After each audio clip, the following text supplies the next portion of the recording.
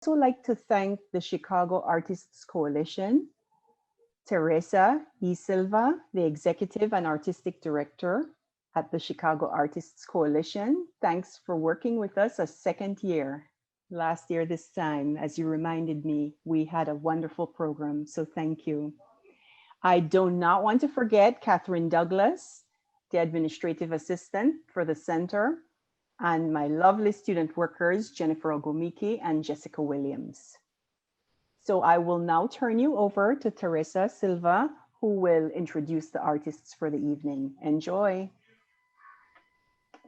Thank you, Julie. My name is Teresa Silva. I am the Executive Artistic Director of the Chicago Artists Coalition. First, I'd like to introduce our artists who will be speaking with us today, and then maybe just give you a little bit of information for the folks who don't know about the Chicago Artists Coalition, and provide some context about the relationship of this exhibition with our nonprofit arts organization. So we have Juan Molina Hernandez, who was born in Guanajuato, Mexico. Juan is a Chicago-based visual artist. Their art practice is primarily photography and more recently doing writing, video, and artist books. And they use this to create narratives that address the complexities of the hybrid immigrant identity. And they do this by appropriating symbols from the environment, culture, and personal memory. They construct stories in relation to place, family, and a culture that never speaks one language. Molina Hernandez graduated from Northern Illinois University in 2016 with a Bachelor of Fine Arts in Photography.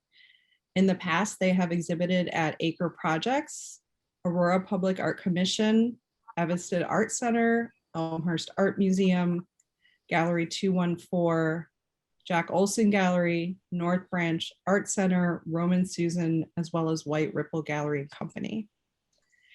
Our other artist, Ellen Holtzblatt, creates paintings and drawings to explore connections between the physical and the spiritual, the memories of the body that reside inside the soul. Her work becomes an allegory for psyche and emotion, evolution and decay.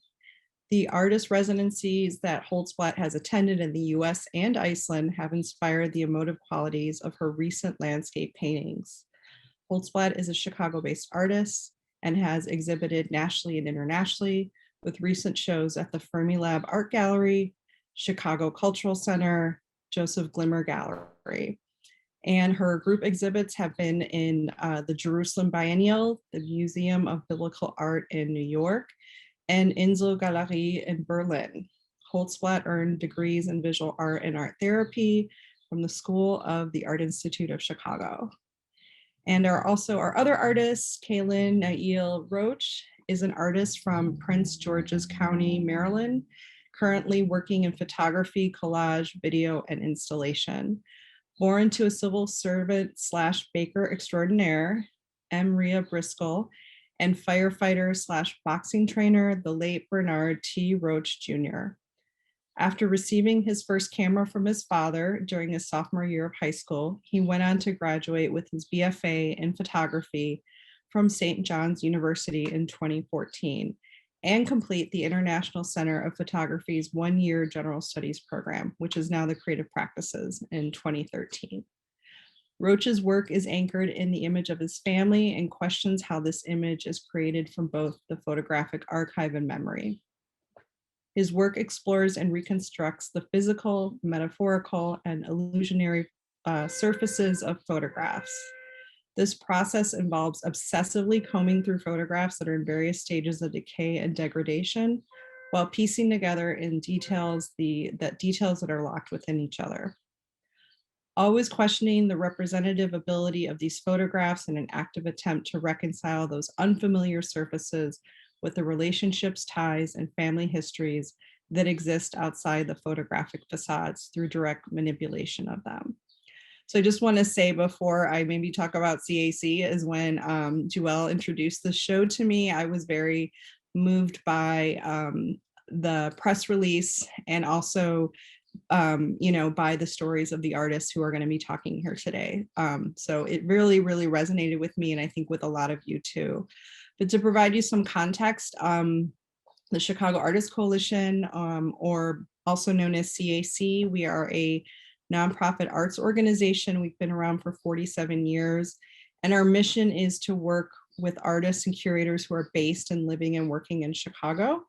And we do that through 2 residency opportunities. One is a studio program, and then Hatch, which is a dual program between curators and artists. And we like to go deep in this residency program. So artists and curators work together for about 1.5 years to realize 2 to 3 group exhibitions. One is a duo show, another duo show, and then one 12-person show, which is a survey exhibition.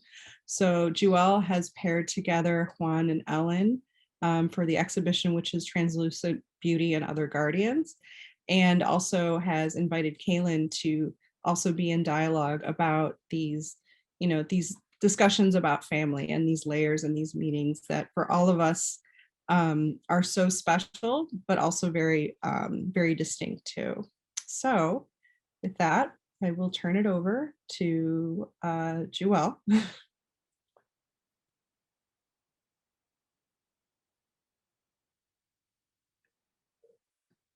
I'm sorry, I'm muted. Thank you, Teresa, for that introduction and for explaining what CAC does. And I also want to thank everyone who came this evening when they could be out strolling and doing other things, to come and sit with us and have this conversation about family, using family as muses and the family archive. My name is Juelle Daley. I'm the curator of the show Translucent Beauty and Other Guardians, with both Ellen and Juan here present. And I'm glad that you've joined us this evening. We will proceed with, since some people here present may not know much about the work of the artists, before we get into the meat of the conversation, I've asked each artist to sort of give a brief presentation of the work that they do and to share some of their work. And we'll go ahead and start off with Kalen joining us from Maryland. Thank you. All right. Thank you so much, Juelle, and thank you so much for you guys for having me. I really appreciate it. I just wanted to kind of start with, I have a PowerPoint pulled up, but I just wanted to kind of start with a video. And let me get this, share my screen. All right.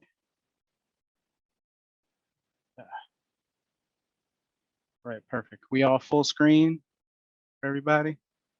Perfect. So I just wanted to, no preface, just play this. It's about 5 minutes, so I'll cut it probably maybe a little bit through it, but if you can't hear the sound, just let me know. I think I might need to share my sound actually. So let me go back. There we are. Perfect.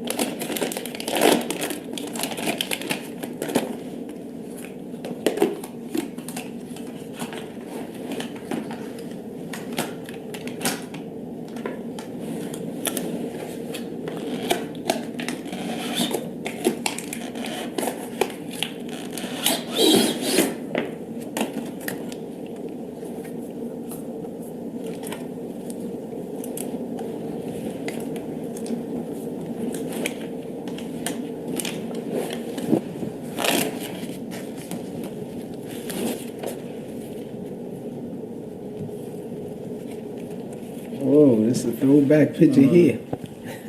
Kalen, Khalil, and Daru. And Funk from Raz. My aunt, I'm Peggy. my mother, my cousin. Uncle Dale. Uncle Derek, big as a house. My cousin. This your mother, Embria, sexy Ida. My cousin. At a Christmas party. My brother. This is me. Khalid, your cousin Khalid. Keith, Ups. My father. Cousin Khalid trying to look like a gangster. Little kids at a cheerleader competition I took pictures of. One of my co-workers, Dumas, and someone took a picture of me. And your Aunt Tinky. And I don't know who this is, but their butt showing. And your mother. Rhonda. These are throwback pictures some years ago. My cousin. Real nice pictures. My uncle.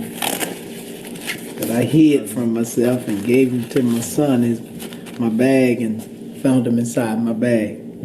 Me, my brother, my cousin, my father, my stepmother, my mother, my uncle, my aunt, my mother, my cousin, my aunt.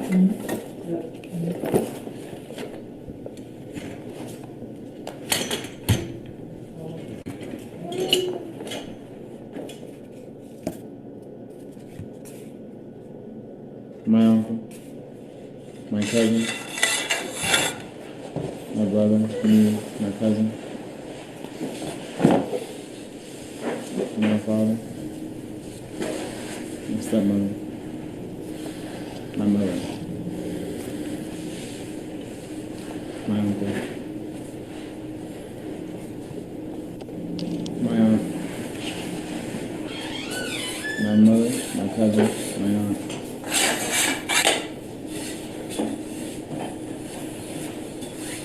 My cousin, my uncle, my cousin, my brother, my cousin, my father, my stepmother, my mother, my uncle,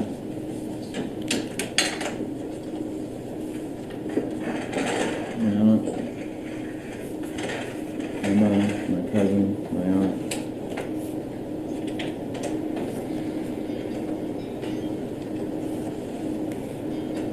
my cousin,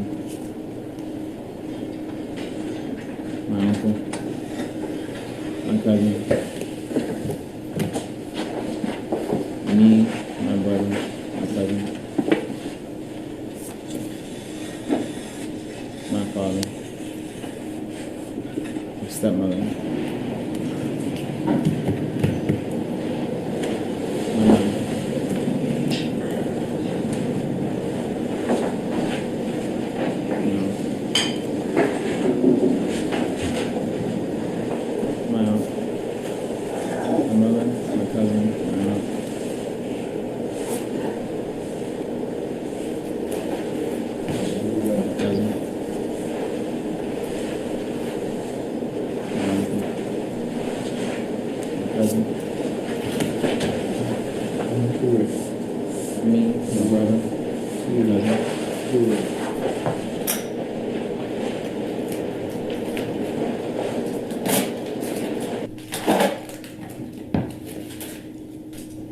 Taking over one more.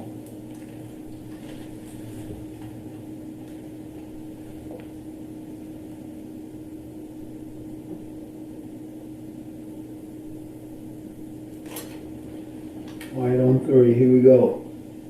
1, 2, 3.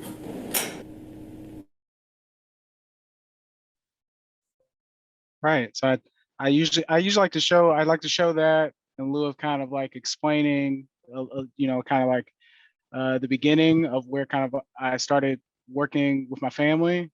It started, my father explaining, I found these pictures in his bag. Before then, I wasn't really working on family. Up the video still playing in the background. There we go. But I wasn't really working on family work as much before then. I mostly was focusing on things external to me as a photographer. I didn't consider collage before I found those pictures.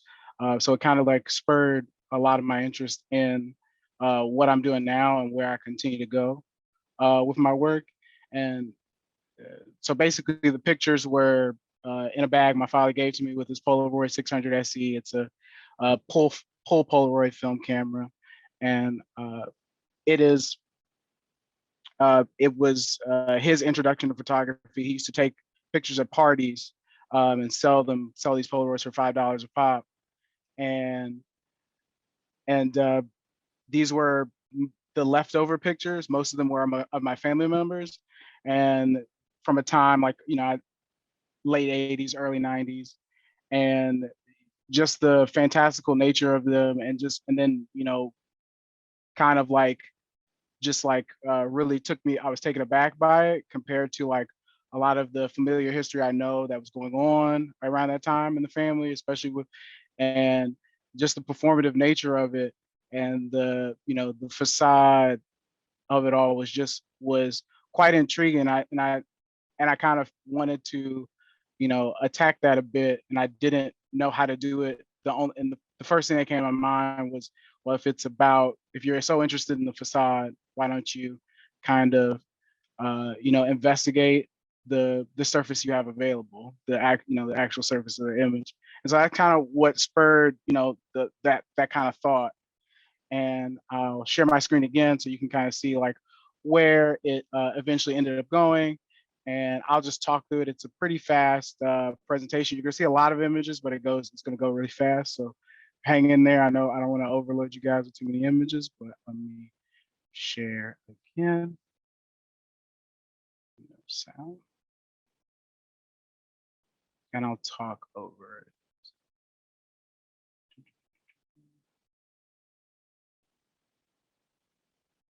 Okay. Just make sure you're gonna play for me. There we go. But basically, I started with that project and it kind of explored into this one with pictures of my dad by himself.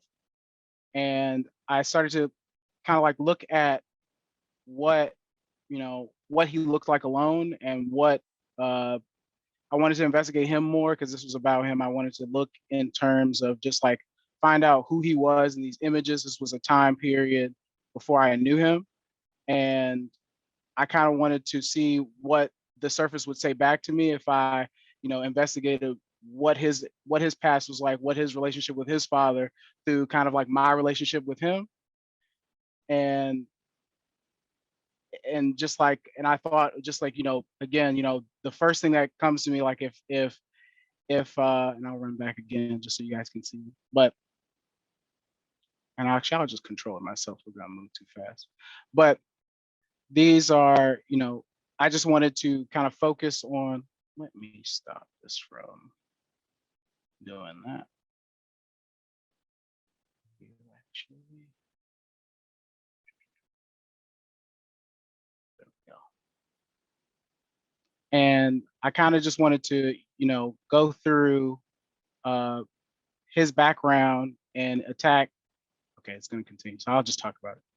But I kind of just wanted to go through his background and investigate all these different things around his past. His father wasn't very active in his lifestyle, in his life.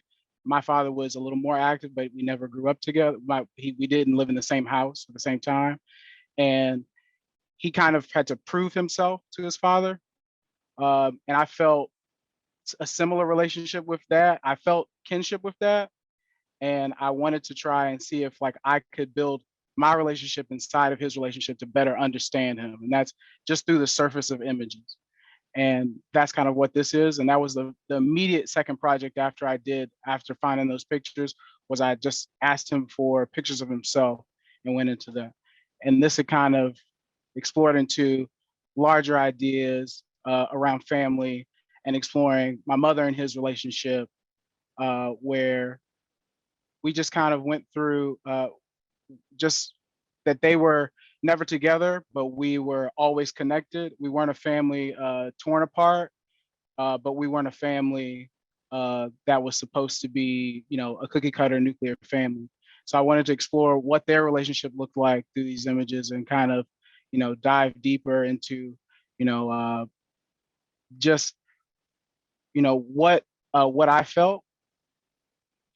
felt through them. And it's like, yeah, what I felt through them. And I just wanted to see more so what I felt through them. And I just wanted to see more so like, how could I compare their relationship with their parents' relationship? So that some of these pictures that you just saw were pictures of, my grandfather and my grandmother. And these are images that are, there's a picture of my grandfather in front of a painting that he painted. A lot of these images are references from paintings that my grandfather has made. All this work is kind of sourced through the family. It starts, it all starts in the archive itself, and I'm kind of repurposing it. Those images of my grandmother is a drawing that my grandfather made, and all those documents behind it, if you were ever to read them, are about their divorce. They're part of their divorce papers and when he was living separate in the house. So I'm kind of just like building these narratives on top of these narratives of like my experience, their experience, and just seeing what shows up. And it's usually just like in the surface of the images. And that's where the backdrop comes into, building facades. The backdrop is nothing but a facade. So that's kind of where I wanted to go. And I do this even with myself. It finally let me get control of this thing. I don't know why sometimes it stops, sometimes it doesn't stop. And I have these self-portraits of myself where I do the same thing. I wanted to see what I looked like. I wanted to kind of like investigate who I was back then and how I kind of felt about who I was back then. So, and that's pretty much, and just doing multitudes upon multitudes. I have about 150 of these and I continue to do them. And, you just layer on perspective of perspective until it becomes, meaningful or meaningless. And that's kind of up to you guys. But that's all I got. And apologies for the jumping around. I had the slideshow set up and I should have just paused it. Thank you. No, thank you for that presentation. I love all those images of your family. And what you've done with your own self-portrait. Thanks for sharing that, Kalen. I'm going to pivot to Ellen, who will share with the audience about her work. And hi everybody. Thank you all for being here. Kalen, thank you for sharing. I know when Juelle said that you were going to be doing the presentation with us, I went and looked at your website. And I loved your images. I love how you manipulate the photographs, or they take on such an emotive quality. And I also have to say your writing is beautiful as well that you had on your website. So I'm glad you're here. And Juan, I'm so glad to be showing with you, to having the exhibit with you and with your beautiful photographs of your family and your installations. Thank you, CAC, for everything. And thank you also to the Center for Black Diaspora and the Center for Latino Research for co-sponsoring this. I feel very honored to be here and very excited to be here. Let me see, what am I doing? I'm showing you the wrong thing. Okay, let's go to the thing that you should be seeing. So, my family, for the last few years, I've been doing a lot of landscape paintings, which as you heard in my statement, tend to be connected to being having an emotional reaction to them, to the landscapes, and they explain, I think they become sort of self-portraits, but I also have done a lot of paintings of my family, self-portraits also. About 14 years ago, my father died. He happened to die on my birthday. It was my 50th birthday. So it felt like that was a very important moment. I mean, obviously, when your father dies, that's a very important moment. But to me, it felt like even though I had raised 2 children and worked and gone to school, that somehow I was an adult in a different way after going through that experience. And that his death and my birth became linked forever, that they are together, they are one. And every year when I come to my birthday, I'm always kind of counting down that week before, remembering all the events that happened. So it took me about 4 years after he died, but then I started a series of paintings about my father, turned into other things as well. The series was called Yizkor, which is a Jewish prayer for a memorial prayer that we say for people who have passed away. We do it 4 times a year. And it's something for the year after my father died. Every day I went to services and I said prayers for his, there's a Kaddish, a prayer that you say after someone dies. So I felt like doing this series was somehow connecting to that. This painting is called Days as Grass. Days as Grass. It's about 42 by 60. It's my father. It was from his honeymoon. I started working with old photographs that I was finding in my mother's house. They're very small. This is from the 50s. They're small black and white photos, and there wasn't a lot of detail. So I ended up having to work a lot from memory and creating the detail.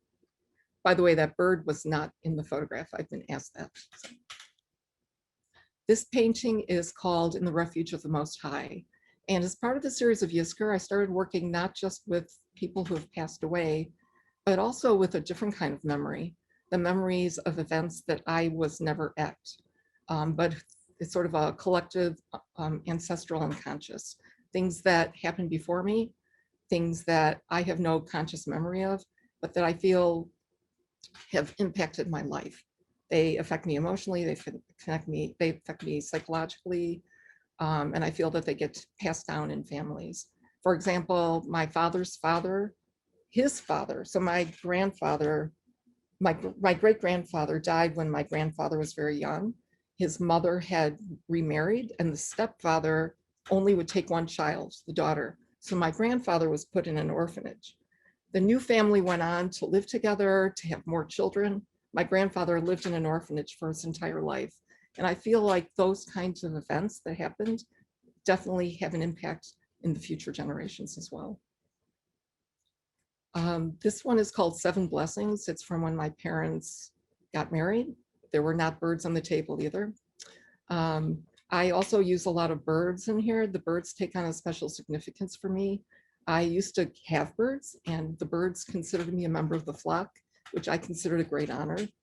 I love birds. I love the way they look. I think they take on a lot of symbolism. They become sort of like, because they live in the sky, the water, and on the land, so that I feel that they just have a special place, like kind of a spiritual place in my painting. And this is a painting of my mother. It's called I Saw You Across the Room. And this is a memory I did not have. It's a memory that my father had.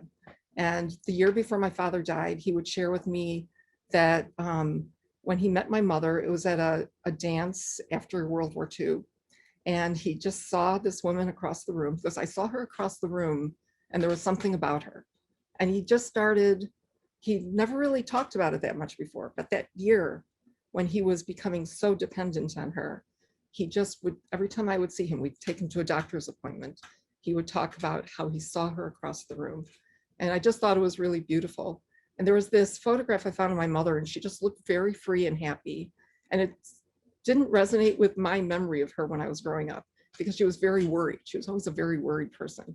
So I kind of love that moment of being outside, the air, the wind is taking up your hair, and just letting go of all those worries that I think she carries around with her all the time. This one is called Less Than Angels. It's of my father holding my youngest daughter. My oldest daughter, I'm sorry, Maya. And this was my grandmother. Her name, this one's called Sonia Soul. And again, where the birds start taking on a kind of more of taking on the soul of the person who I was doing a portrait of. And this is not from that series. This was a separate series, but I wanted to share it. It's called I Bore You on Eagle's Wings. This was a painting of my youngest daughter when she went to college.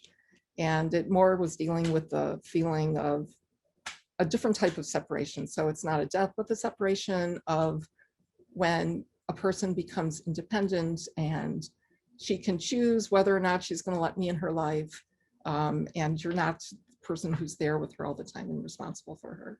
So it was really kind of this moment where we took her to college. She wouldn't even let me stay in the dorm room long enough to help her change the sheets on her bed. It was just like, get the hell out of here. So anyway, came home and I worked through my feelings on a painting.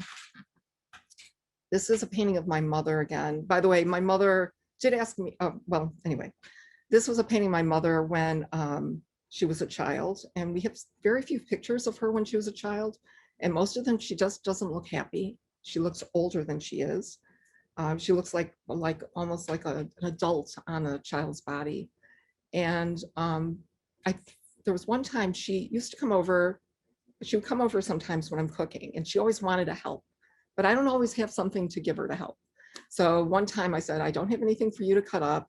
Why don't you just tell me a story from your childhood? And she said, my parents didn't love each other. That was what came out of her mouth. So and the sad part is that it's true, because my grandmother used to tell me she didn't love her husband. I never did meet my grandfather. But so I know that that's true. And I just feel sad for my mother that she grew up in this household without a foundation of love.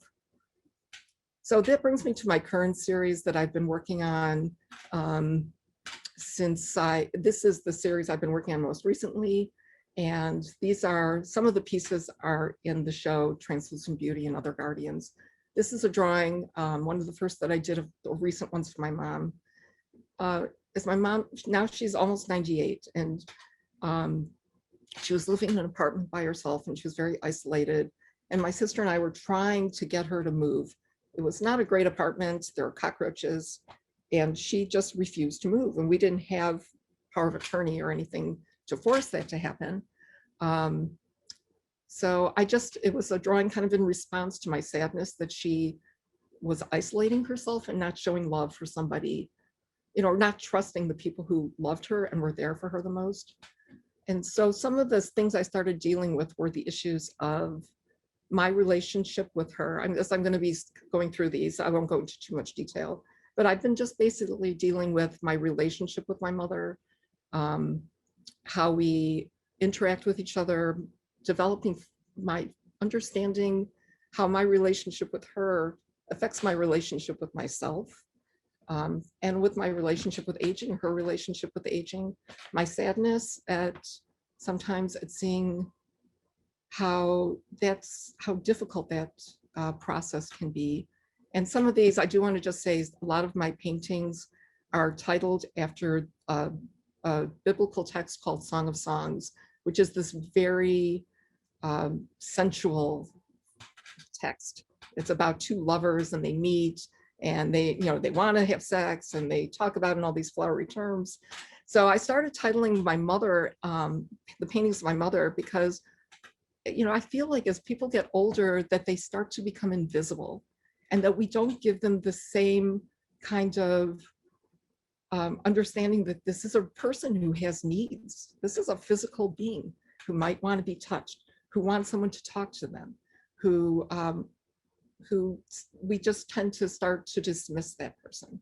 And it starts a lot earlier than you would think. So that's why I'm just trying to respect that, and that's why I do this. This is just this one's called Love is as Fierce as Death. A Day. I think that's what I ended up titling it. I went through several titles. This one is titled Until the Day Breathed. And this was during the pandemic when she was sitting outside and her hair started getting long. And it brought me back to that other painting that I showed you where she had the long hair blowing in the breeze, very unlike the mother that I grew up with very short, kind of controlled hair. This one's called Garden. This is a painting that I worked on from 2014 to 2021 until about 3 months ago.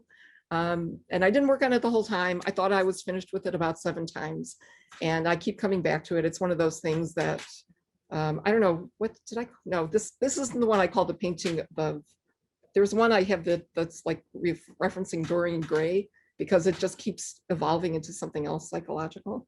But this one, it's my body in my hands and on my mother. And she was the same age that I was when I started it. And I think I'm kind of working through some of my feelings about my mom being at the same age as me and some of the experiences that she had and kind of discovering about myself through that process. A detail. And this is my most recent painting. This one's called Seas of Eden. This is also in the exhibit. This one's about 48 by 36. This is the one that it was an incredibly painful painting to do. For other people who are artists out there, you might understand what I'm saying, or maybe I'm just crazy. But as I was working on it, I had so many voices in my head telling me about this painting that it was hard for me to shut them out. And what would end up happening is I would end up just wiping out the painting constantly. And this one, I was on a strict deadline. And unfortunately, I just finished painting it the day before I had to install it. And I was trying to reassure Juelle that it would be done and hopefully it would be dry. And unfortunately, it was pretty much dry, mostly dry. So it was okay. But sometimes that happens because as you're working, I still have to kind of understand what it is about this work that, because it was my last painting that I've done, I have to kind of understand where it was leading me and why it was. But anyway, this is kind of the direction that I'm moving in at this point.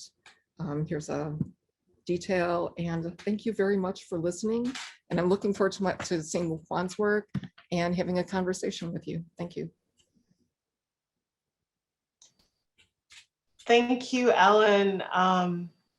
Thank you, Ellen, for sharing that.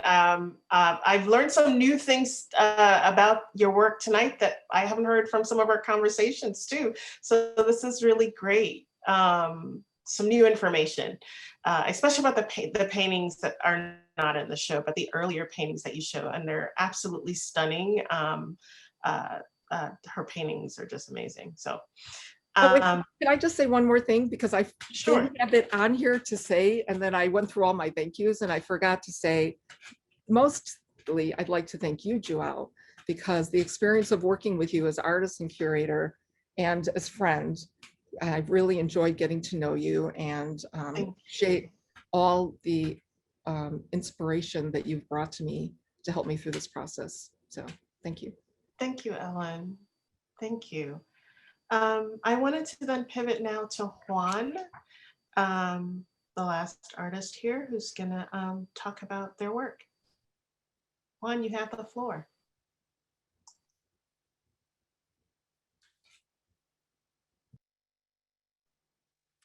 Sorry, could I get screen sharing permissions?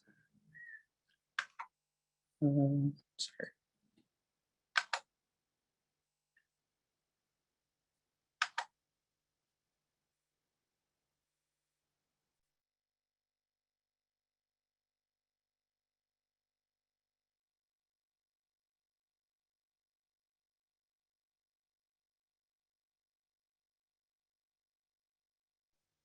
Sorry, I'm having trouble sharing my screen. It says I don't have permissions, Joelle.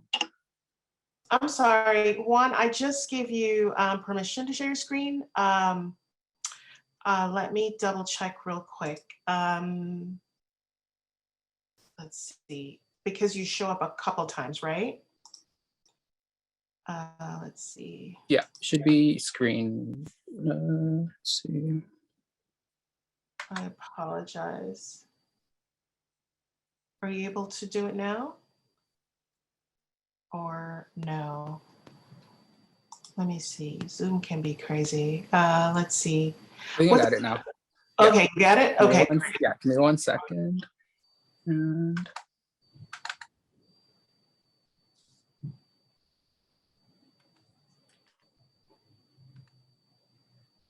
great. Can everybody see my screen? Yes. Okay, awesome. Great. Well, first of all, thank you everybody for joining us today. I just want to give a quick note that I live in Chicago in a really busy intersection, so it might get loud. And yeah, there's like a fire station and a hospital a couple blocks away. So if I mute myself, it's probably because there's a siren going by.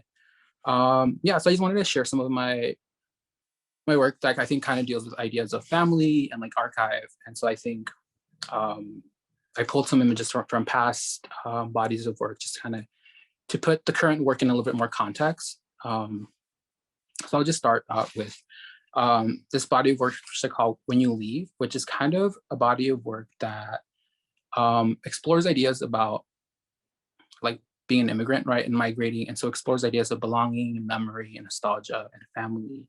And so I did photograph family at this time, and so this is a photo of my mother taken in 2014, and so at this time, I was taking portraits of family and kind of exploring my relationship to my parents and like exploring ideas of belonging. It's a portrait of my father, you know, talking about, I think, me and my father have always been a little bit distant. I think it's because of like, you know, the different, you know, it's like something that's kind of inherited, right? Like the men in my family are not supposed to be very like vocal or emotive. And so I think that kind of creates this distance. And so here it's a portrait of my father, kind of like separated from the camera by like these plants and this like dresser. And so as I was like taking portraits of family, I was also thinking about how do I take portraits of family members that are no longer present, right? Family members that are like either passed on or family members that are somewhere else. And so this is a portrait of my grandfather. And so my grandfather passed away in 2008. And so we weren't able to see him. And so this was at a family party. It was a family gathering. And I remember just kind of setting up the decorations and, you know, I remember like the light kind of came in, hit a decoration and just floated above this chair. And for some reason at that moment, I just thought of my grandfather. And so I took this photograph. And so thinking about that. And so at some point, I gained access to these small family photographs that crossed the border with us. And so I started making work with them. So here's kind of like this weird family tree where it's like my grandfather, my grandmother, and my mother in the center. And I ended up scanning the photographs, and I was like really interested in the photo, not just the photographs, but also like the photograph as an object, right? I was really interested in particular in the backs of the photograph and like just kind of like the creases and like the wear and like the oils from like being held and being touched and like being like passed on. And so I was really interested in these photographs, and I started making work about them. And yeah, I think this is probably when I started making work about the archive, like for my family's photo album. And so those images kind of show up in different parts of my work. I ended up making this book, which is called When You Leave. And it's kind of a letter to my mother, but also a letter to myself about this idea of like leaving and the things you take with you when you're leaving, right? And so like these photographs and these objects, which become kind of placeholders or things that connect you to the past, but also connect you to like memories and other different aspects of like who you are and like ideas of belonging. So this is a page from that book. And then in 2017, I had the opportunity to go back to Mexico for the first time. And so it had been 17 years since I left. And so as being the only person in my family that had the opportunity to go back, I kind of had the responsibility of being like the person that documented, you know, this experience and brought back all these family photos and like photos of like the way like the town was. And so I ended up taking photographs of family there too, but it was a little bit different because, you know, these are people that are family, but they're kind of strangers. I hadn't seen some of these people in 17 years. Some of these people I had never met in my life. And so it was an interesting experience. And I think through the photography and through taking the photos, it was a way for me to connect to them, right? And I think my mother kind of became the way in which I connected to these people. Is she kind of became the line, right? Because like I said, a lot of these people were strangers. I hadn't seen them or hadn't really had any connections to them. So this image here is called Eyes Like My Mother's, right? And so it's like all these women here are family, but the ways I connect to them is through like their eyes that look like remind me of my mother.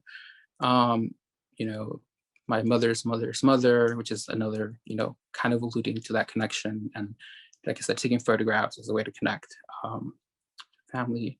And so from those images in that exhibition, came an exhibition at Roman Susan, where I presented that body of work. And I'll share some quick images of that. So I basically took the gallery space and I painted it these bright colors, and I had plants all over the place. And I was kind of recreating my grandmother's garden in a sense in her house. And so, you know, I had plans and like photographs that I took, but I also had photographs that I brought back from Mexico. So these photographs had been in storage for about 17 years. And so I brought them back and they kind of were interwoven with like the photographs that I took. And so, yeah, so it was an exhibition about ideas of like family and belonging and nostalgia. And for me, plants have always been a way to connect to my mother. But when I was in Mexico, it was also a way to connect to my grandmother. And so, yeah, and so I'll just go through these pretty quickly. So these are more family photo albums, photographs. And so I was really playing around with like the way I installed the photographs and the ways in which, you know, they hung and the ways in which they kind of interacted with one another. And so I think in the exhibition, they would talk about the city of like guardians, and this idea of like protection and safety is something that I've been thinking about for a while. And so I'm really thinking a lot about this quote recently, which is called from House on Mango Street by Sandra Cisneros, which is, you can never have too much sky, you can fall asleep and wake up drunk on sky, and sky can keep you safe when you are sad. Here, there's too much sadness and not enough sky. Butterflies too are few, and so are flowers and most things that are beautiful.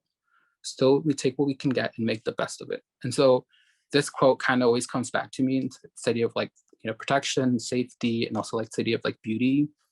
And I'm also thinking about this idea of like the home as a site of resistance from, which is an essay by Bell Hooks, where she talks about the, you know, the role of Black women in like creating a safe space for Black people to exist, and how that was like very radical. And I think about like women in my family and how they've kind of created that space too for us to exist, right? And so from that came this image of my father, and I was really thinking about, you know, I think my inability to keep my family safe, right? And so in that sense, I was thinking about the photograph as like something that captures a moment where they are safe. And because of photography's ability to exist in the past, the present, but also the future, like in that moment where they are safe, then it's something that like in that moment of safety can live on in eternity, right? And so I'm from that, those kind of photographs and those kind of explorations and thoughts came these images that I took in 2020.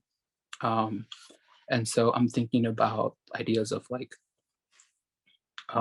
protection and safety and home. And so I'll just go through these pretty quickly. This image is called a salvo, safe, which is my nephew kind of hiding in this plant. You know, inheritance, which are plants. And I think for me, like that's kind of what I've inherited from my family, right? It's like this love of plants. And portrait of my mother, which like titled My Other Me. Portrait of my father, you know, like other plants, and like this plant that's kind of like overgrowing its pot, and this idea of like home and like overgrowing a place that you once called home. Ideas of blessings, right? Protection, safety, my grandmother giving the blessing, this idea of like the aesthetics of home, right? Like I think about a lot, like all the people in my family and like their homes and how they decorate their space and how they claim space. My niece and my nephew, this piece is called Their Strength is Secret. Again, this idea of blessings, right? And so, yeah, so that's kind of the work that kind of came about from 2020. And then for this exhibition, I kind of gathered the images into 4 different sets and thinking about the city of guardians, right? And so this first set, I'm thinking of the guardians as like the home and the prayers. And so I kind of collage or put these little constellations of images with different objects that for me reference home, reference protection, and reference safety. So these are just some different details of that little installation. And so this other installation is, I'm thinking about the guardians becoming like the plants, right? And also like the color, like color becomes this thing that holds memories, but also holds like the images in a sense. And so that's kind of what this installation is about. These are just different images from that installation. And then these photographs of my family, which for this, the gardens become these shards of glass and concrete. And it's kind of drawing on memories of Mexico and like kind of walking down the street and seeing like these concrete and brick walls that had these shards of glass at the top, right? And so it kind of like signaled that there was something worth protecting there. And so I'm thinking a lot about how do I protect these images, right? And like as like the keeper of these images, and like also I guess sometimes the keeper of some of these memories, and like, you know, how do we protect these images? And that's kind of something that I'm thinking about right now. So this portrait of my father, the other one was my mother, and this is my grandmother and my sister. This is the little setup, and then some more images of these installation. And then I'll just finish off with this last image, which it's called Not to Disappear. And it's kind of this plant, this image covered in thorns. And give me one sec.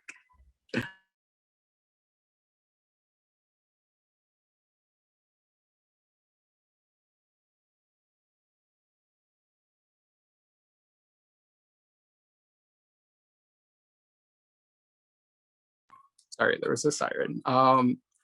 Yeah, but you know, I think a lot about, I work a lot with plants, and I've been thinking a lot about thorns. And you know, usually when a cactus dies, usually the last thing to disappear is the thorns, right? Because everything else is mostly water.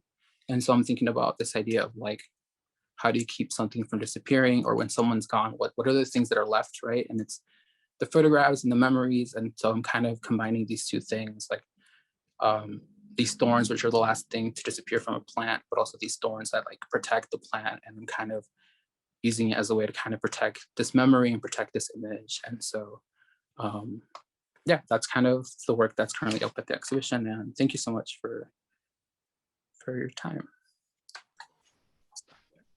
Thank you, Juan. Thank you so much for sharing your work with everyone. I've had the privilege to view it and view Ellen's work. And I'm so glad that we can share it with everyone in the room.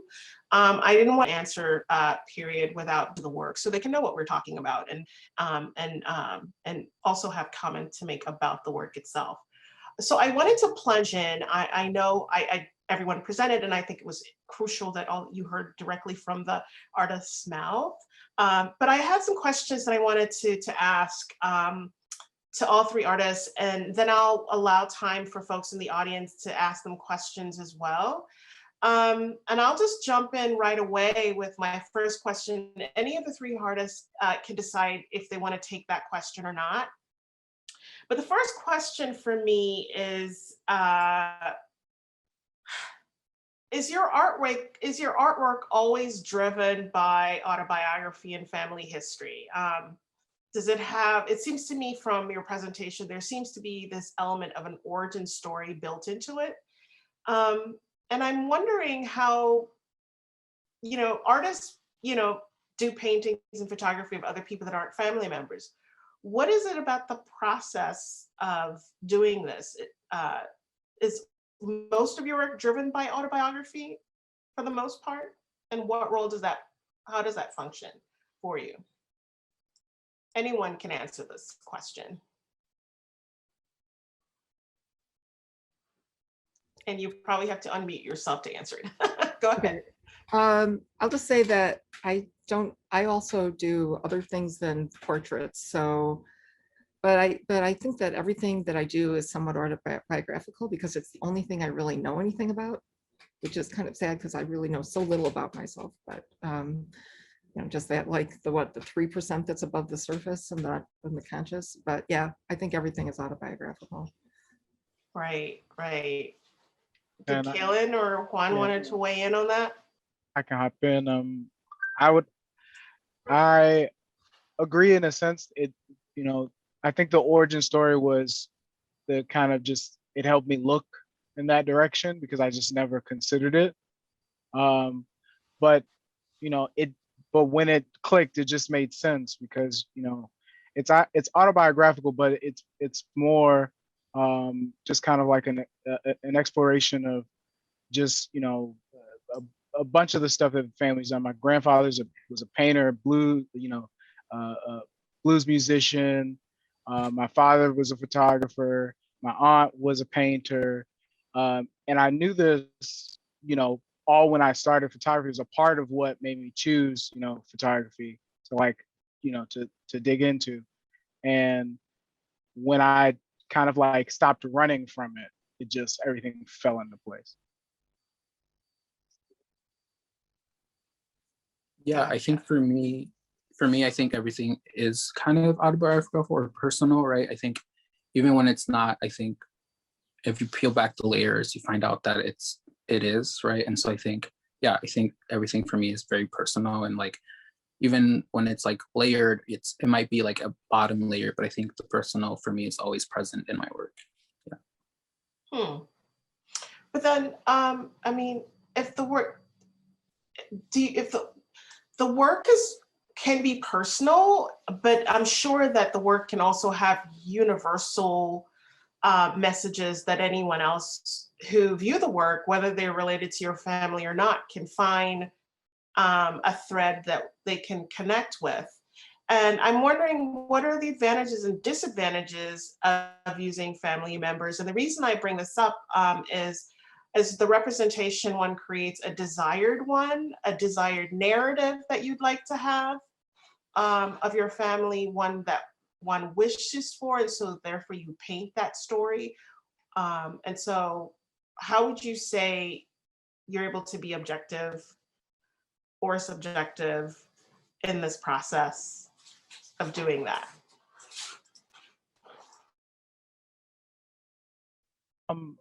I can say that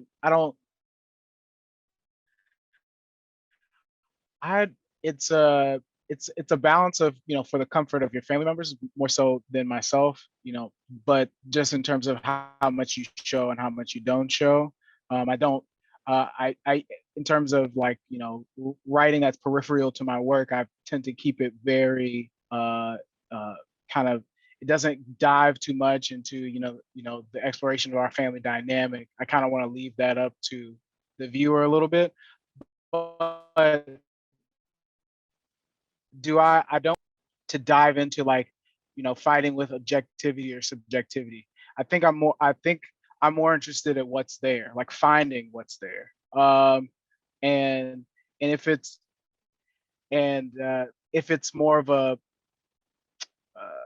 if it's more of a just, you know, it's just more of an exploration to me in terms of like figuring out how my narrative stacks upon top of my mom's narrative, stacks upon top of my dad's narrative, his father's, her father's, things like that. So that's kind of what I'm interested is how does this cacophony or symphony work together, and what new image does it create?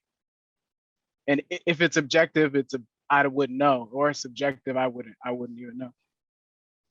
Right. I like I like the fact that you use the word cacophony, because it suggests there's a whole bunch of different voices that are present in the work. I don't know if any of the artists wanted to respond, but I had a couple more burning questions before I open it up so that folks if no, I'll go ahead and ask another question. I'll respond really quickly. I think it's a matter, for me, it's a matter of balance, right? I think since I am making work about my family, I think there is the possibility of like exploitation. And I have seen some people where I think they kind of exploit their family in a sense, right? And I always try to kind of have a balance, right? And I think, you know, there are certain images that I won't share, certain images that I won't show. And even with images that I do share, like there is certain context or certain stories that I don't share, right? You know, when you're talking about the family photo album and like your family showing you the photo album, it's not just showing you who they are, but there's usually like a story related to it. And so I think depending on who I'm talking to, then certain like information isn't disclosed, right? It's like, so I think it's a balance of like, yeah, of like how much context, how much you're giving. And I always try to make sure that the ways in which I present my family is a way that they would be okay with, right? And a way that they would be like happy to see their image out there in the public. And so I think, yeah, I think for me, it's definitely a balance. And I think it's definitely not objective, right? I know that there are different things that photography is definitely not an objective medium. And it's like full of like power dynamics and like histories of like racism and colonization. And so like, yeah, I definitely don't think it's objective for me. Right. I have something to add to that also. Sure, Ellen. First of all, yes, my work is very subjective. I am definitely not objective. Everything that I do is filtered through me. There is no, I don't know that I can feel like there's any objectivity in there. As far as I do feel that I agree with what Juan was saying, that there are certain things I don't talk about out of respect for my family. I don't know that that would serve the higher purpose, and I don't want to embarrass anyone or hurt anybody. So there is like a little bit of the protection. But on the other hand, I do think that, especially in my most recent series about my mother, I think there's a little bit of exploitation. I walk around taking photographs of my mother all the time that she doesn't know about. And then she'll say, oh, what are you working on? I'll say, oh, I'm working on another landscape, but I'm working on a painting of her, because I don't want to, so I don't worry that that's exploitative. I think that it might be a little bit, but I'm not like worried about it. I'm trying just not to hurt her in the process of doing it. But it's not just about her, And the other thing I want to say about being authentic, that I think that it's just like, I don't want to look at a generic idea of a tree and then get a feeling of a tree. I want to look at a real tree, I want to look at what's actually in front of me. And I think that the universality comes from the personal. If I was just to share like these general ideas, oh, family is this, what would that mean to anybody? It wouldn't mean anything to me. I think that it has to come from the personal. We start sharing that, whatever it is that we're working with, and then that takes on the universal quality. I think you're right, Ellen, and it brings to mind the other idea of, and it's a question I can pose to you, which is, do you feel that by using family members as sort of an inspiration for your work, or using them as muses, allow you to see parts of them that you wouldn't otherwise notice, because you're constantly, the gaze is very intentional on these family members?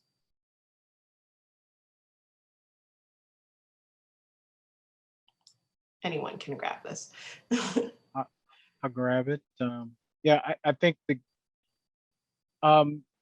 gaze is very intentional. The gaze is very intentional, and I'm usually looking at an image that somebody took of them that I then slap.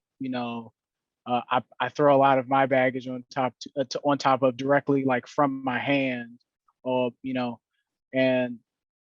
But I do also think that it's important to kind of like give them more voice, especially because ultimately I become the curator of their story. I start arranging, I become I kind of puppet master the show, but ultimately I kind of want their voices to be loud. I know it can't be as loud as mine because I'm the one kind of arranging, putting things in place, but I kind of want their voices to be just as loud, just so, which is kind of like why, whether, deciding what or what not to show. Like a lot of the writing that's attached to my work comes from family members or things like that. And even, some of the pictures being taken by my father, that's, when he was taking them, there was a certain level of intention. I'm repurposing that intention, but that intention is still there. Right. Yes. Well, I don't know if anyone else want to respond to that, but I have 3 specific questions for all 3 artists, and then I can open it up to the room. And my first question goes to Ellen. You paint your mother numerous times, And in what way would you say each iteration reflects varying aspects of who she is and what she means to you? How does this process create emotional proximity, or does it?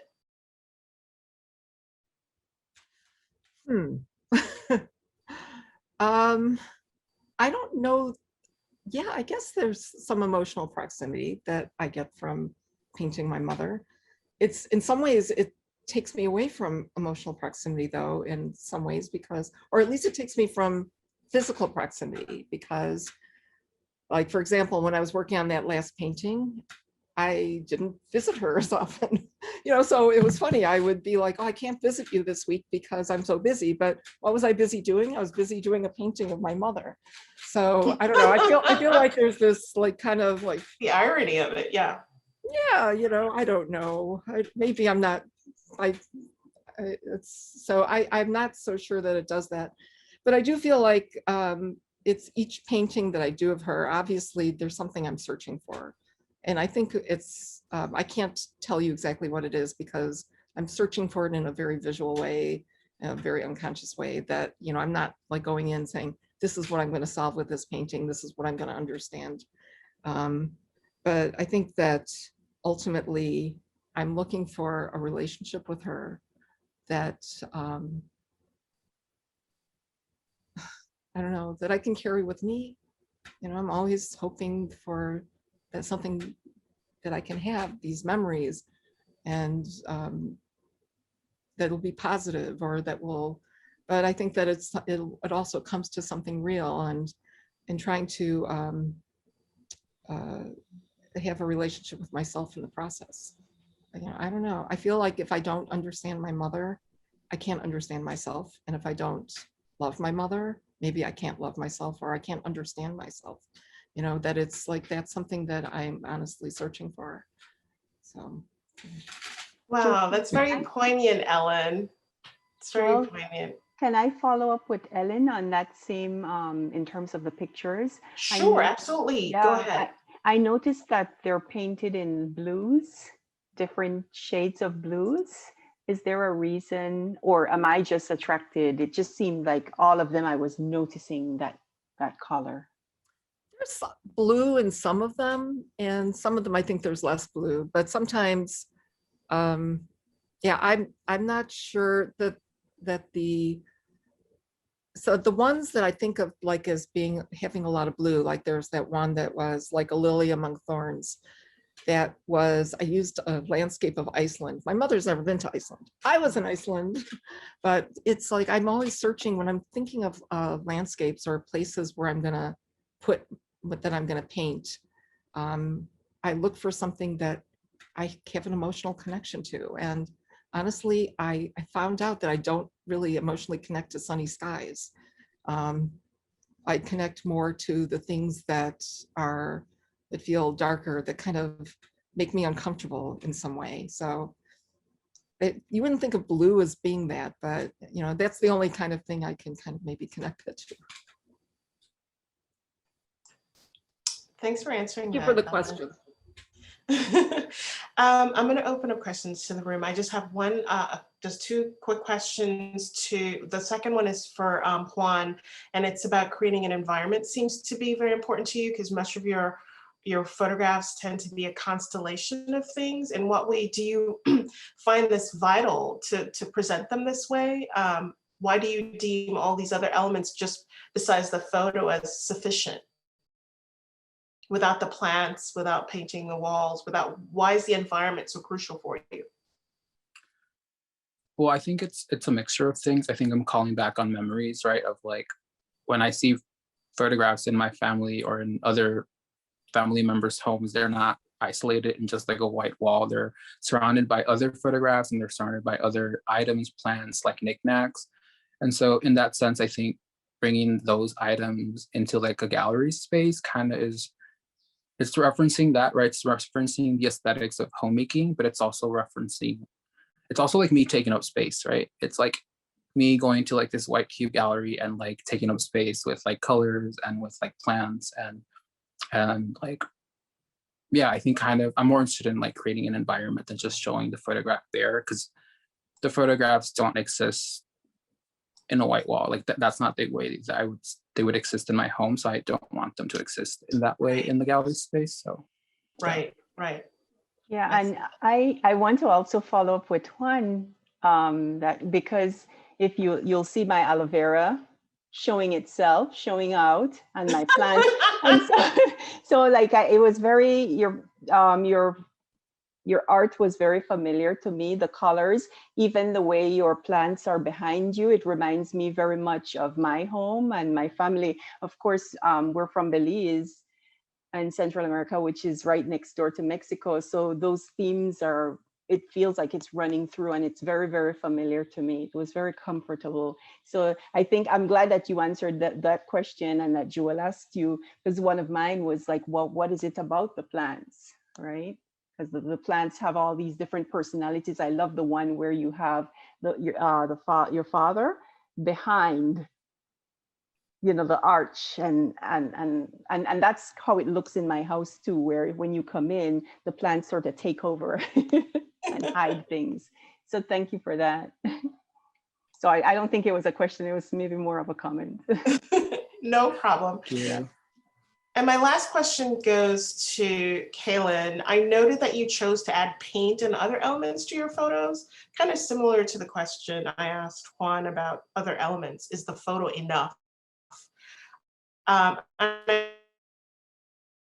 noticed that you add paint and other elements to your photos as well. What was the impetus to do so? I mean, does it communicate a different meaning because of it? What is the reason behind taking that? I would say, yeah, that approach, I would say it's like, they become, you know, it's less so about the medium itself.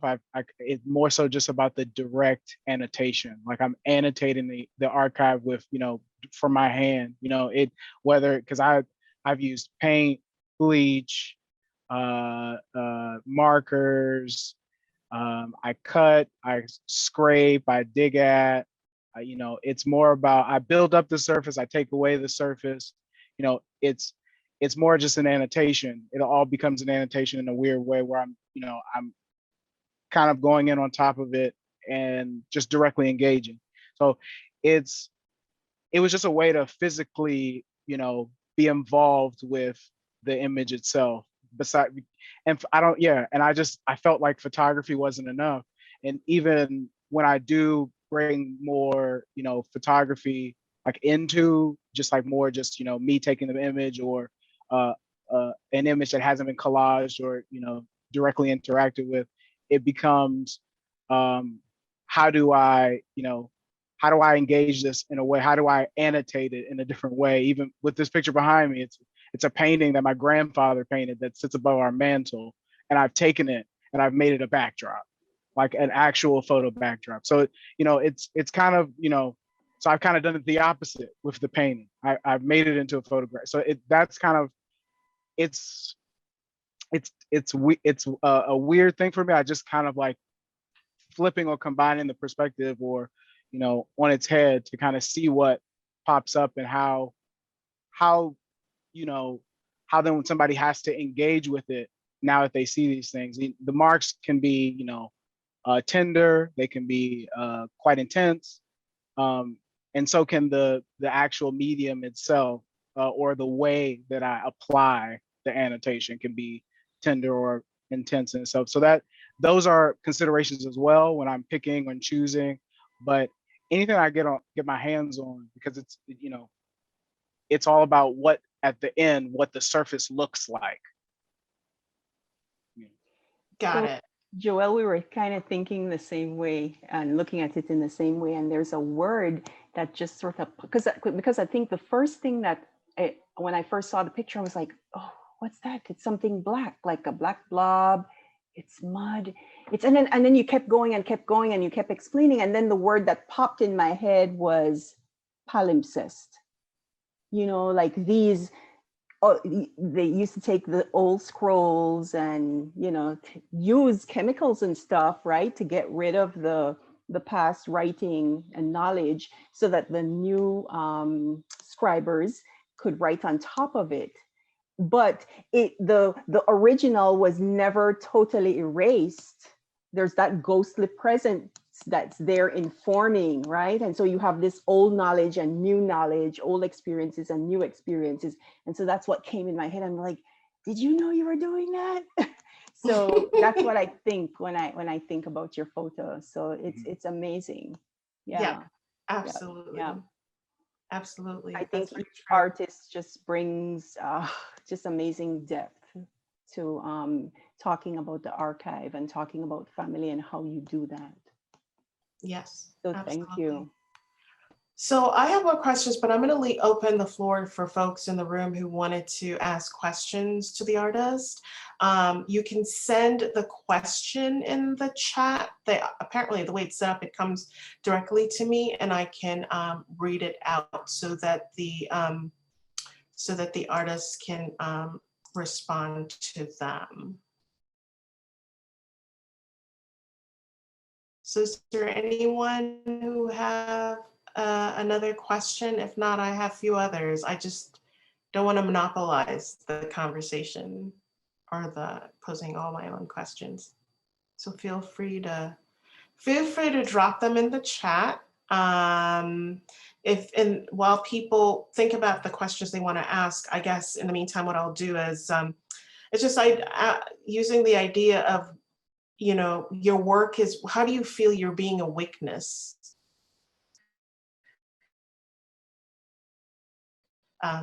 Especially when it comes to family, being in the position of being a witness and also exhibiting empathy for those family members that you are creating work around. Now, anyone can answer this question.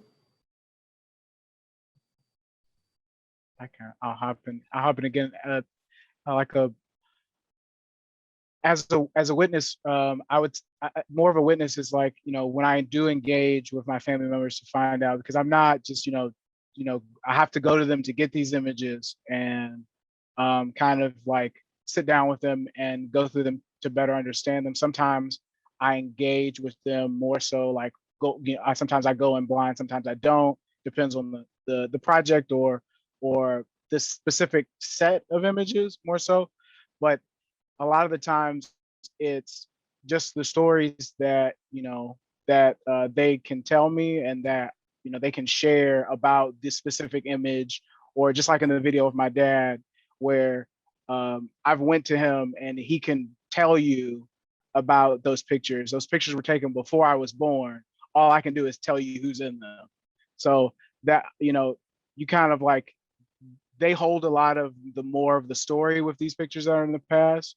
So I kind of want, you know, and that's how I kind of want to respect it, because what I do to the images sometimes cannot be, it's not, you know, necessarily respectful. But in terms of like how, you know, how my mark making on top of the images, you know, but I think, you know, with their added voice, you know, that's how, you know, you kind of get into you know, being a witness and taking care with, you know, what you're you know, with what you're doing, and plus, you know, them coming in. Right.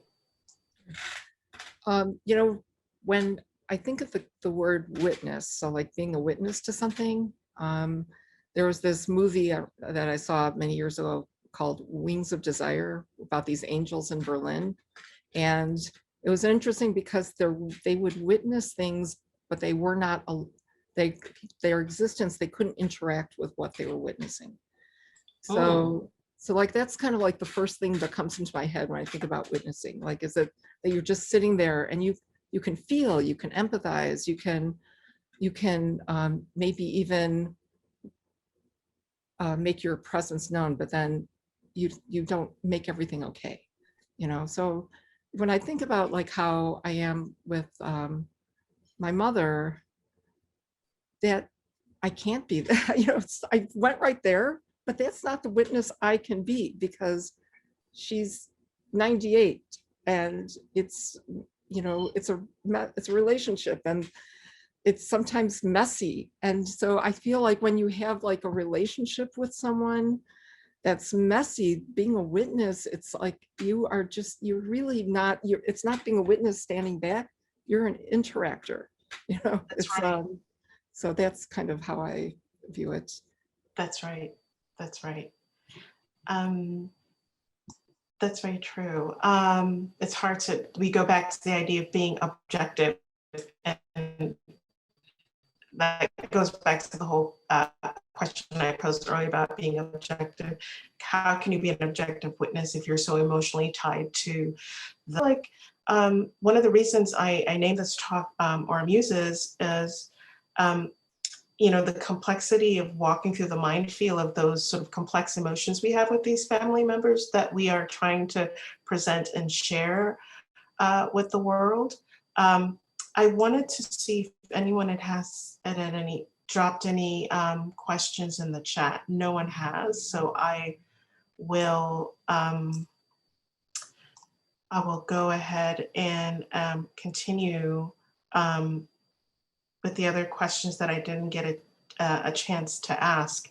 And that is, how does your family members feel about the work that you do using them? I mean, do they have any commentary to say about why am I showing up and why am I coming to a gallery to see myself on a wall? Like, what is this about? I mean, how do your family internalize the work that you do using them as a subject matter? And then there's another question posed, so I'll ask that once this one's answered. I'm sorry, I don't want to jump in again. No, go for it, Alan, go for it. Because it's all my mom, and I haven't even taken her to see this yet, but I think she really likes it. I really do. I think I have this one, was in this other gallery with this other painting, the like a lily among thorns. And I have this great photo of her sitting, you know, I had to wheel her in a wheelchair, but I have this great photo of her in front of that. So I always worry that she's going to think I'm being disrespectful. And some of them I think are a little bit more raw than others, but yeah, I don't know. But then that's like, yeah, I don't know. I think she's kind of flattered by it. But I do personally hold back a little on how much I tell her until it's done, you know. Anyway. How about you, Juan? What is your family reactions to using them as a subject of your work?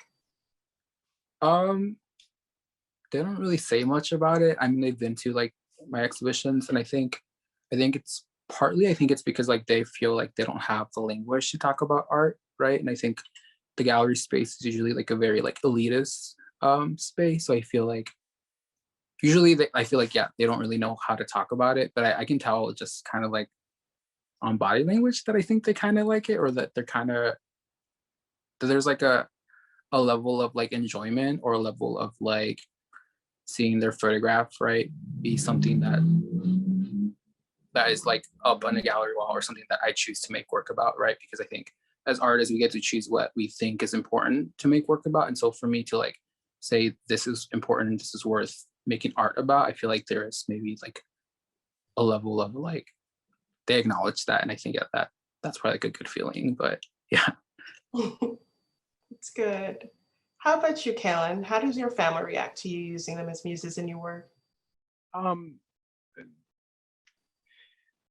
Just they sometimes they have a very uncanny ability to stare right past my interventions and talk about the images themselves. So, you know, whether it's a picture of my dad, you know, me, my mom and my dad that I forced together, you know, they'll talk about, you know, where they were from, you know, even though it's two pictures combined together, they'll talk about where they were, you know, during the time. So, and I agree with Juan. It's a lot of it, you know, it's a lot of, you know, I think they dance around, you know, wanting to, you know, protect my feelings or something, which I'm not. They could say anything to me, it wouldn't hurt my feelings. But I think they like to be careful about what they say to me. But I've given them plenty of my collages to, like, you know, actually I made them write reactions to them, and they avoid the mark making like the plague, and they actually just talk about the image itself. So they're still so attached to what is happening in the images. And I actually prefer it that way. And to speak to like, because I'm 110% aware there's a hierarchy in my work, and I sit atop, we all kind of sit atop of the hierarchy, but they have ability to just flatten what I've done and get right to what they want. No, and I think it's a beautiful thing. It's so my mark making maybe isn't for them. What's for them about my work, I think, just the care of, even though the mark making might not be like, beautiful in the traditional sense, but the care in which I take with this archive and presenting it and presenting our family history, and especially since my father was a photographer, my grandfather's an artist, my aunt's an artist, they like seeing that I'm incorporating them, and they feel that I'm helping talk about the family in a different way. So I think they appreciate that piece, but as far as when they look at my interventions, they see right past it. They kind of see what they want to see in the work, and that's kind of images. So That's but yeah, truly, That is beautiful. that's really how it is. People see what they want to see. Yeah, but that's Yes. exactly what I was saying about that palimpsest, right? Because there are those things. You think you're putting your mark, but that past is right there, It's and they right blow there. right through you. I just love it. I love it. Yes. And so I have one last question that was posed by San, who says, what were the individual forces that nudged you towards pursuing art? And what allowed you to take the leap to explore your creativity in these modes? So it's a 2-for-1 question. What was the individual forces that pushed you to pursue art, and why the mode you chose? And then we can, if you could answer that question before we close. I guess I can start.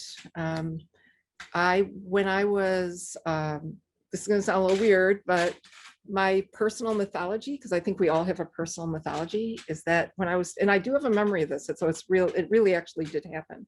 When I was 2 years old, I swallowed half a paintbrush. And I went in, I remember, being this little, like, there's this, it looked like a massive room with massive people. And I came in and told them, and they rushed me to the hospital. And I was really calm. And they said that if I had been excited or I had started crying, that I might have done a lot of damage. But because I was, that's my mythology, is that like I have internalized painting. And then, to be honest, I just always drew, always. I used to get in trouble in school, drawing on my clothes, on my homework constantly. So yeah, I just think that it was like a part of who I am. And paint to me is, once I started painting, when I was in high school with oil paints, it felt like it was alive to me. So that became my medium. Thanks, Ellen. How about you, Juan? Why photography, and what prompted you?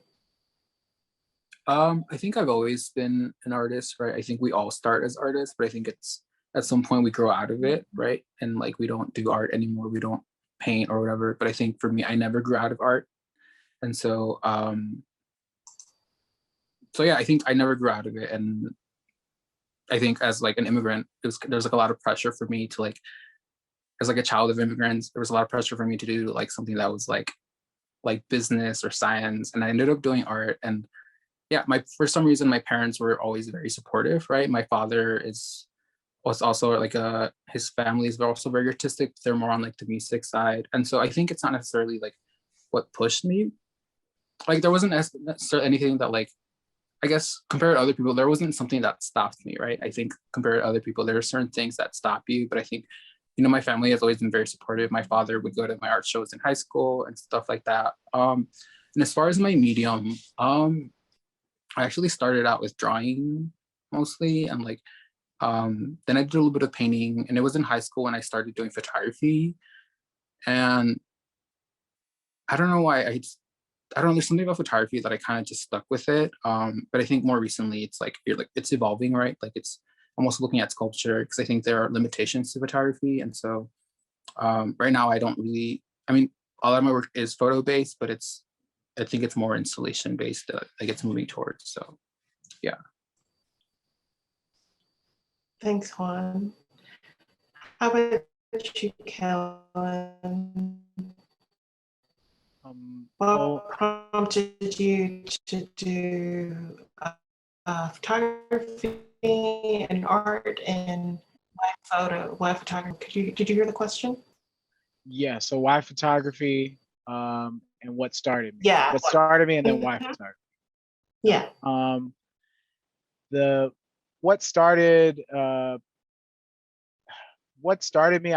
My aunt used to live with me and my mom before she passed. She passed when I was in the 5th grade, and she taught art in schools. She had just like just a very strange life history. Like, she was kind of like a fly by night, low key, like Pantherish person, like Panther adjacent person, Black Panther adjacent person when she was younger, and when she passed, she was hyper into Mormonism. So she's a very interesting character. But she was kind of the first person, just like a nuclear household that like I saw create stuff, like, just from living with them creating. And she kind of like showed me some of this stuff, like she did a lot of narrative based work where she would draw illustrations around narratives. She had this whole thing called Belle and the Magic Mushroom, where this young Black woman named Belle would travel the woods in search for magical mushrooms. So, and it was kind of like a kid's story, but I just kind of got used to her creating, and I never tried to draw. I never tried to paint. And I never really tried to like create in that way. I always just like was around it and saw it and was fed it from like her. And my grandfather's paintings like hang everywhere in our house. So, he paints pictures of every firstborn of all his kids. He has about 5, and I'm my mom's firstborn, my grandfather, my mom's side. And so there's a painting of me that I reference a lot in my work. So that he made as well. So I was kind of just surrounded by it. And the first thing that so this is like that started me and kind of chose photography kind of by happenstance, because I was in high school and I had to pick an elective, and I didn't want to pick anything else but photography. And my father had done all these, things with photography, throughout his life. And he bought me my first camera as a part of it. And I just started from there. And my relationship with photography started with like, I'm going to take pictures of this event. I wanted to be a photojournalist. That didn't pan out. And I just kind of like flipped to just kind of thinking about photography as a way, in a weird way, I feel like I'm cataloging a little bit with my photography, and how I use photography in relationship to the market making, the market making that I do on top of them, and even how I show them. So, and I just think photography is the closest thing to the illusion. Like you will suspend belief for a photograph still, and so I don't think I'll ever let photography go in any way, shape, or form, just possibly right because of that, because it looks so real. Even I degrade the photographs so much, but they still so connected to like the illusion that's in front of them. It's kind of like, yeah. Before I start rambling. Thank you for that, Kalen. I want to be mindful of time. We were supposed to have ended 6 minutes ago. I wanted to thank all three artists for joining us this evening to talk about, family members as muses, and in the process of doing so, are building a family archive. And I also want to encourage those folks who are in Chicago, who are free and available, to go and see the show Translucent Beauty and Other Guardians at the Chicago Artists Coalition. You can make reservations from their website, appointments, to go and see the show. I'm glad Ellen and Juan shared some of the pictures, but I think it's so much better in person, and they're big, beautiful paintings and big, beautiful installations. And so please go and check it out.